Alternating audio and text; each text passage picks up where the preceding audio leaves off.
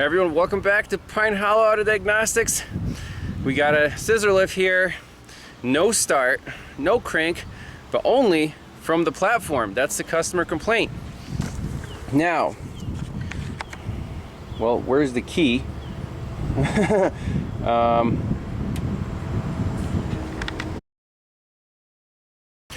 right, well, I found a scissor lift with a key. So now we can actually test this control box.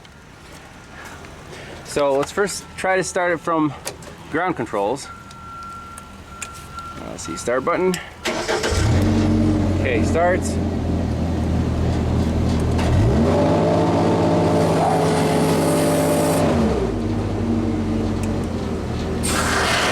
Okay, it works. Now, shut it off. Go to platform control. Now in the platform control, let's try to start it. Nothing. So, quickest way to do this is plug in the JLG diagnostic tool and test out the actual functions. Is it a button problem or what? So, get in here. Hopefully you guys can see the screen.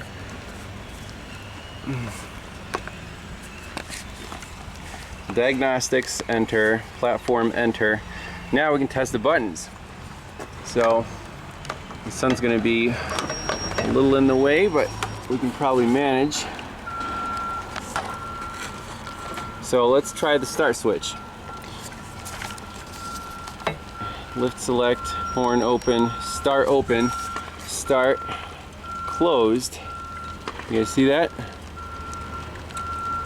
Open. So the start button seems to work.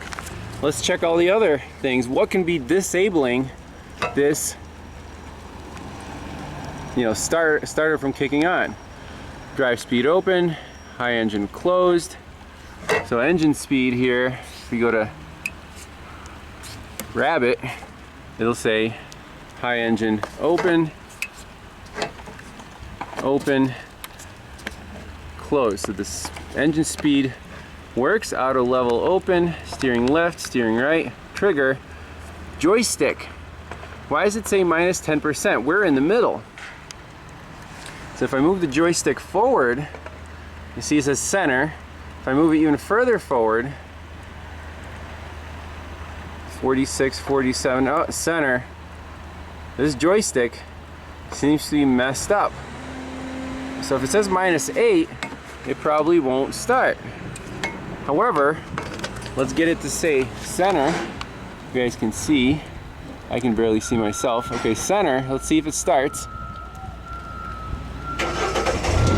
Okay, so that joystick needs to be centered for the starter button to work. So problem in the joystick. Let's tear this control box off, or the lid off, and see what's up with that potentiometer. All right, here's the platform cover off, and you can see there's the little potentiometer. It's like a TPS sensor. And right now it says minus 56, so this thing is very inconsistent. Let's do some wiggle checks on these wires, see what happens if you move the joystick around. It's almost like it doesn't know what's going on. So there's 3 wires going through this thing, and if there's a bad contact somewhere, if it's power, ground, and signal, if the power or the ground is variable or bad, then we'll have a problem.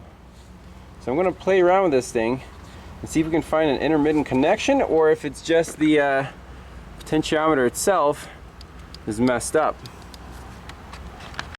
So I just took the panel off of here, and look, it says center. Let's go forward. 12, 17, 9, 3, 1, center. And 11, 16, 20, 3, center. Okay, so now it's perfect. So what the heck shifted? Was it the wires, or was it the actual, something in here? So we have to be careful here. We can't just say throw a potentiometer at it. Okay, I think we're getting lucky here. So follow the wires from the potentiometer. They go up here to this connector and then up and over to this control board. And when I wiggle this connector right here, check out what happens on our scanner. I swear I just had it. Let's see.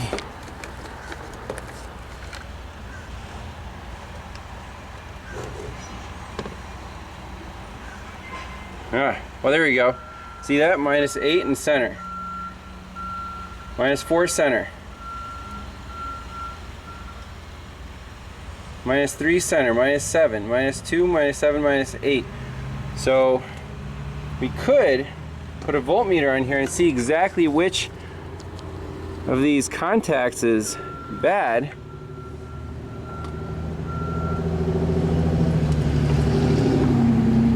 But this is all kind of a wiggle check from this point.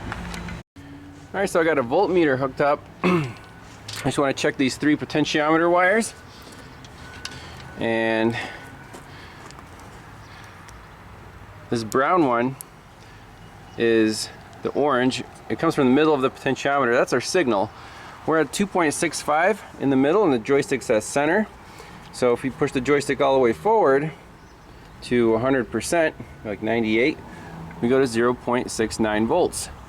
Let's go the other way. All the way back, and my lead just fell out.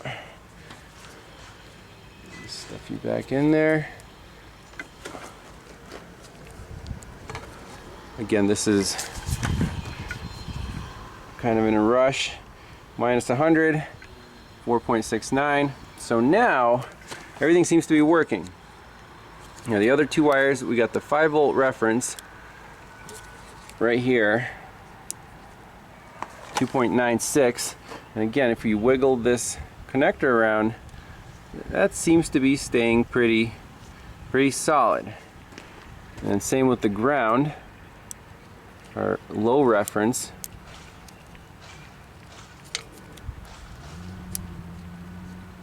(160 millivolts).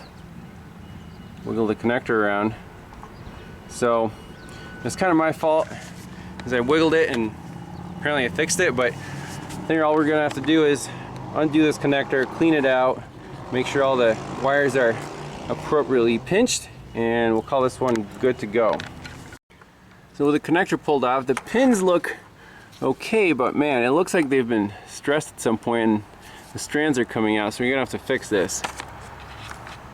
Alrighty, got that connector all cleaned up, de-ox it, cut all the crappy frayed ends off and stripped them back. And now if you look at the scanner, we're definitely at center. So if we go all the way up, it's gonna be a little awkward. So let me, okay, all the way up there, 100%. All the way down, -100, center, and then we'll see if it starts. Fixed. Sweet. So again, without this tool, you would be kind of swimming naked or blind. But we see what the problem was. It was a cutout because the joystick was not in the center position, or at least the lift didn't think it was. Problem with the 5 volt or the ground, don't know exactly which, but that connector, we wiggle it, it changed. Now we wiggle it, we're let's go back to the platform. As long as that stays in the center, we're good to go. No more messing up. It's not a board fault, it's just a bad connection. That's it. Thanks a lot for watching. Stay tuned for more. We'll see you next time. Bye bye.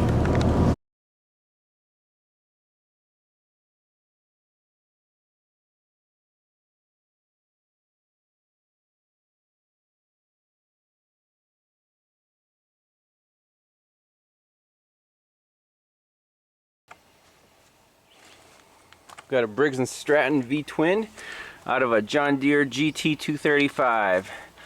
I have never seen this much engine carnage ever Oh man, kibbles and bits. Look at this, you got pieces of crankcase. You got the rest of the camshaft in here.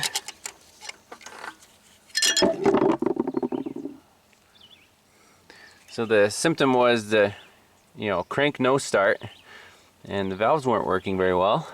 Well, that's what's left of the cam. This piece broke out of here. Amazing. So is this worth rebuilding? It looks like maybe you can get away with, well, we'll have to do some inspections, but oh no. I think it's part of the connecting rod, which is broken on this cylinder. Yeah, this engine is completely toast. It basically needs a new engine. So that's that. There's some carnage for you guys. I don't know how many hours were on this thing. Not that many, but it was poorly maintained. As you can see, oil is really bad. Dark sludge. So, oh well. So I'm saying this thing we can definitely call lack of maintenance, because you can see that journal right there on the crank. It's completely, it's seized up, and that took out the actual connecting rod right there. You can see how galled up that is. Then once that let go, took out the camshaft, broke the camshaft in pieces and destroyed the crankcase. So I'd say if this engine was maintained properly and the oil was changed on time, it would have lasted a lot longer. So we're gonna find out who's responsible for maintenance. Probably no one. It's just, some girls on a horse farm mowing the lawn. So yeah, that's it for this one. Can't blame the manufacturer.